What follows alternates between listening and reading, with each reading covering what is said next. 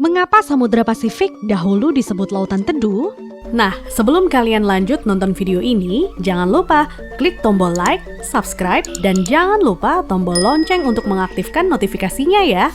Halo guys, pernah dengar istilah Lautan Teduh? Tentu bagi kaum milenial dan generasi Z, frase atau terminologi Lautan Teduh sepertinya asing atau kurang familiar.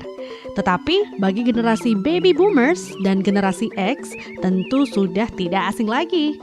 Ya, Lautan Teduh merupakan salah satu bukti circumstance evidence atau bukti keadaan yang tertinggal pada masa kejayaan nenek moyang kita di era kegemilangan Nusantara tempo dulu.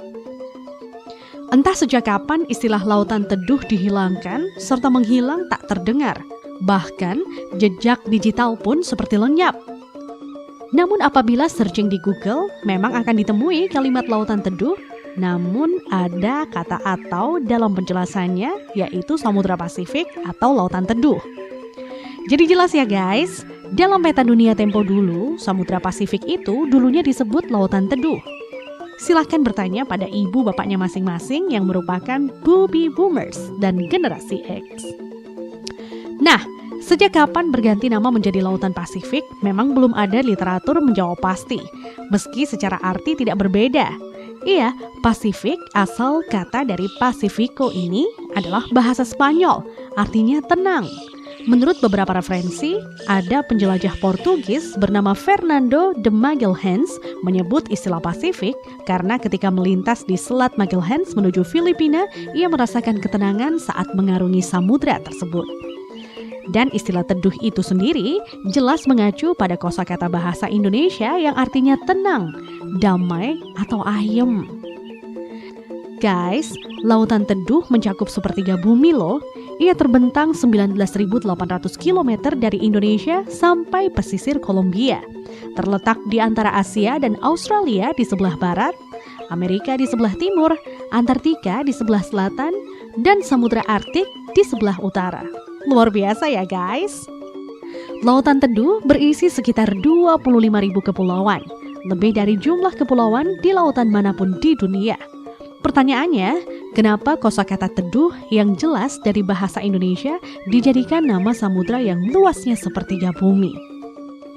Hai guys, masih ingatkah era Medang Kamulyan dengan raja yang terkenal bertitel Ratu Boko? Silahkan diputar ulang di YouTube tentang siapakah bangsa dan ras yang paling unggul di muka bumi.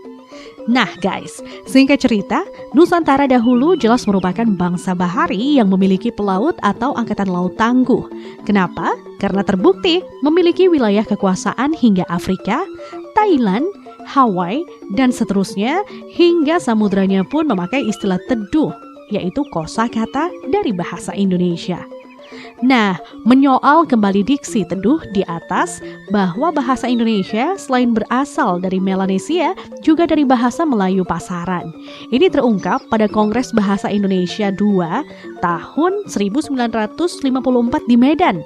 Intinya bahwa asal bahasa Indonesia ialah bahasa Melayu yang disesuaikan dengan pertumbuhannya dalam masyarakat Indonesia.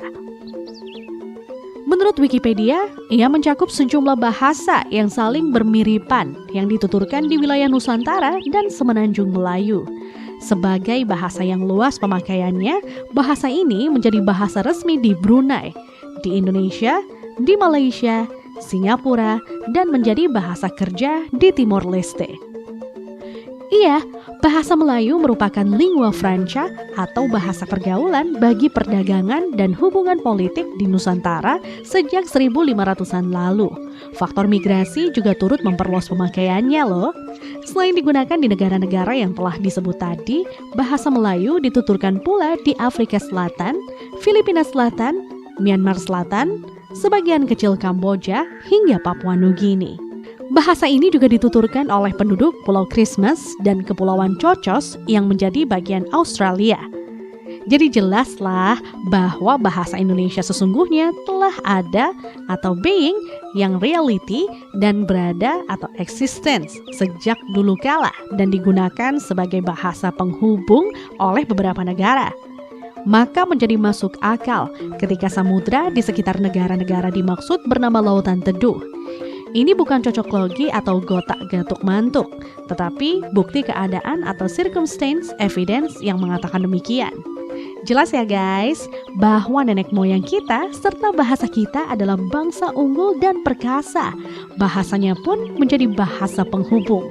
Oleh karena itu, kita tidak pantas bersikap kerdil dan minder terhadap bangsa luar. Thanks to watching.